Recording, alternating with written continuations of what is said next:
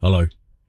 Welcome back to the channel, and this is a channel where we give you reviews, don't do unboxings, might do a few playthroughs. But today we are going to be talking about a hidden movement game. We're going to be talking about Narcos, and in this game you'll be taking on the role of either Pablo Escobar and his Colombian drug dealers, or the people that want to do him over, and you'll be moving around the map, taking different actions that will hopefully allow you to win the game. So in this video we're going to be giving you a very brief overview of the rules. We're telling you what we do like, what we don't like, then we'll come back and we'll tell you whether or not Narcos is worth your time and bother today and in the future. So remember, if you're new here, then please consider subscribing to this channel, hit the like button and all that YouTube bullshit.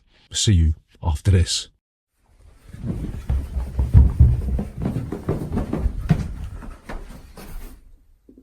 Bollocks. So, Narcos the board game.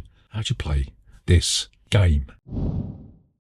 So Narcos, the board game, is a kind of hidden movement game, yeah? One of you is going to take on the role of a faction that is aligned against Patron and his drug dealers, and the other player is going to take on the role of Pablo Escobar, and they're going to be trying to ship cocaine out to the United States, trying to stay hidden from the other factions, right? Patron wins the game if they complete 3 objectives, or the glorification track reaches 20, and if the other players capture Patron twice, then they will win the game, right? So you're going to put the main board out in the center of the table. The Patron player is going to choose a location and secretly mark it on their piece of paper where Pablo Escobar is going to be hiding, right? Patron player is going to get a number of sicarios that will go on the board. Each one of these will have a minimum distance that they can be from Pablo Escobar, and a number of victory points that they will get if they aren't killed in that round, yeah? The other player will get a faction card. Depending on what faction they are, they might get a special ability or some other cards to play, right? So this game runs over usually 3 seasons, yeah? And each season's going to have a number of phases. First thing you're going to do is that Patron will reveal the next objective card. Remember, if Pablo Escobar completes 3 objectives, then they're going to win the game, yeah? The next thing that Patron's going to do is they're going to assign their Sicario defense tokens, yeah? So these are sort of balanced in the sense that the further away they are from Patron, the less damage they're going to be able to take in a fight, yeah? So the closer they are to the drug dealer kingpin, the harder they're going to be to kill. But they're not going to give you as many victory points, right? So the third phase in each season is where you're going to be taking different actions. So the way this works is that the Patron player is going to take an action, then the other player is going to take an action, Patron's going to take an action, the other team's going to take an action, until all of the factions aligned against Pablo Escobar have taken an action. So on Patron's turn, they can take a number of different actions, right? They can move a Sicario by paying $1 for up to 3 spaces, yeah? You pick up your Sicario figure and you will move it. You can play a Sicario card to put a new Sicario figure out on the map, right? And then you will draw back up to 5 Patron cards, yeah? So the factions turns are going to go like this, yeah? You're going to choose a faction to activate. You'll do this amongst yourselves, yeah? So say we are going to activate the CIA, yeah? You can move the first hunter, then you can perform an action with the first hunter, then you can move the second hunter, perform an action with the second hunter, and then you'll refresh the actions on the action board, yeah? So some of the actions that a hunter can take: you can attack a Sicario. What you'll do is the strength of your attack will be the number on the card that you chose. The Patron player will flip over a token on the Sicario board, and if the hunter has a higher number, then they will beat the Sicario and the Sicario will come off the board. You could destroy a lab. Patron will have the ability to put labs down throughout the game. They'll stick cocaine tokens on here, and if a Sicario is ever at an airport or adjacent to an airport, they can ship the coke off to New York and create a new generation of crack whores, right? Hunters can just destroy them, right? So you've got to be adjacent or on them, and you'll just remove them from the board. You can place blockades or remove a controlled zone. As one of the Patron actions, you can place a control marker on a city space, and as a hunter you can take them away or put a blockade, and Patron can get rid of your blockades and all that. You could do a ranged investigation. This is where the Patron player will tell them how far away the Patron player is from their figure, right? You could do a type investigation. This is where the Patron player will tell you whether or not they're on a farm space or a city space, yeah? You could do a region investigation where the Patron player will have to tell you whether or not they're in the same region as you. You can attempt to capture Patron. You'll ask if Patron is in the same space as you, and if he is, then he's captured, and if he's not, then nothing happens. So if Patron is caught, he will immediately hide again, and you'll have to catch him again to win the game. So at the end of the season, some Sicarios might trigger an action, yeah? Patron gets paid dependent on how many coke farms he has created. Patron will get points for all the Sicarios that are still on the board. Then Patron will reveal himself, not in that way, because he's probably only got a 2-inch penis, and then he'll move again and you'll do this for 3 seasons, and if he's caught twice, the hunters will win, and if you get to 20 glory points or he completes 3 objectives, then Pablo Escobar will be the world's greatest drug dealer, right? So do we like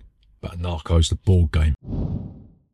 So the first thing that we enjoy quite a bit about this is that it's got a novel twist on the hidden movement genre. If you think about similar games like this, like Fury of Dracula, Scotland Yard, all that sort of stuff, then you are going to be directly moving the antagonist around a map and the other players will have to find them, right? In this, you won't be moving Patron around a map, yeah? You'll choose where they're going to be. You might move them a couple of times if certain things happen, but more often than not, they're going to be staying in one space, and you'll be using the Sicario figures to throw the hunters off the scent, to directly attack the hunters, to sort of protect Patron, to put a ring fence around him, yeah? As in the reality of the TV show, Patron is going to be hiring stupid fuckers to put their life on the line for him, yeah? And more often than not, they do. So the second thing that we enjoy about Narcos is that it is so fucking simple and easy to learn. If you think about similar games like this, not including Scotland Yard this time, but if you think about games like Fury of Dracula, they are a little bit complex, yeah? Especially the 3rd/4th edition with all of the different bullshit that you got to do, the upkeep and fucking cards and all that. This is really simple, yeah? It doesn't matter which player. You could be looking at your player board or your cards. You'd be thinking, right, I'm going to do that, play the card, and you are done, right? So yeah, it doesn't take a PhD in fucking coke studies to get this game into your brain. And if it was any more complex than this, then it would just be fucking overkill, wouldn't it? So the final thing that we really like about Narcos is the IP is just fucking awesome, yeah? I don't know if you've ever seen the TV show. You saw the first iteration of the TV show. There's don't know how many spin-offs. I know there's one in Mexico in there, but the first iteration of the show was a fucking banger, yeah? And to have a board game made underneath that IP umbrella is just fucking stunning, yeah? Add to that the fact that it's made by Cool Mini or Not. Got some decent miniatures in here. The player boards are a little bit feeble, yeah? They're made of really thin cardboard. Could have done better on that, and some of the tokens are a little bit fiddly, but it's a fantastic IP for a board game, right? But don't we like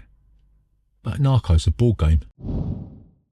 So the first thing that we don't really like about Narcos, the board game, is that in contrast to what we said initially about this game having a neat twist on the hidden movement genre, at the end of the day, it does boil down to the same old shit, which is he there or is he not, right? Yes or no? So yeah, I mean, these hidden movement games, whilst they try really hard to make them all different, you're just going to be coming to the same conclusion, yeah? You're going to be chasing after somebody around the map for a couple of hours, and whilst the differences are in how you get there, the end point is always the same, and they're either there or they're not, right? So the next thing that we don't really like about this game is that the balance of power seems to be tipped in favour of Patron, yeah? And that is usually the case with most of these hidden movement games, that it is sometimes insanely difficult to find out where they are, yeah? An example of this is last time we played it, I was a Patron player. I started in the north end of the map, and I ended up moving all the way down south, yeah? And it just meant that whilst all the players had all of their factions up the north, I'd slowly move them down, cast a net around me, and by that time I'd had a couple of cards that allowed me to move Patron a couple of spaces, threw them off the scent, and they ended up wasting loads of turns thinking that I was in the southwest when really I was in the southeast, yeah? So it can be a little bit frustrating for the hunter players, and like we said, these hidden movement games are largely the same, yeah? So the final thing that we don't really like about Narcos, and this isn't a criticism of the game itself, it's a criticism of the fact that this game goes up to 5 players, and if you're playing with less than 5, then you're going to have to double up, yeah? Obviously, if you're playing with 5, one player's going to be Pablo Escobar and his cronies, yeah? And the other 4 players are going to take 1 faction each. But if you're playing with 4 players, someone's going to have to take 2 factions. I suppose you could sort of rotate the last faction. If you're playing with like less than 4, then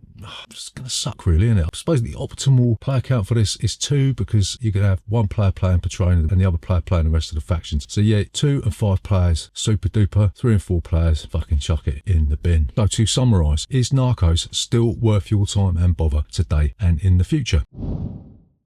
So we are going to say no. Narcos is a valiant attempt to remould the hidden movement genre, but it gets crushed under the weight of its own simplicity. Did like the fact that it was simple. Maybe it's a little bit too simple, and in that sense a little bit too shallow, right? There's not really much for the hunters to do in this except move and just sort of point at a space and guess, and that's a major chore in itself. The player who controls Patron has the lion's share of fun, as they're the only ones making any meaningful decisions. The IP in this is an absolute Banger, right? But that isn't enough to prevent this game being sent to the Colombian jungles to be used by FARC as firewood. So there you go. That is Narcos The Board Game. Maybe just watch the TV show instead. But remember, if you're new here, please consider subscribing to this channel, hit the like button and all that YouTube bullshit. See you next time.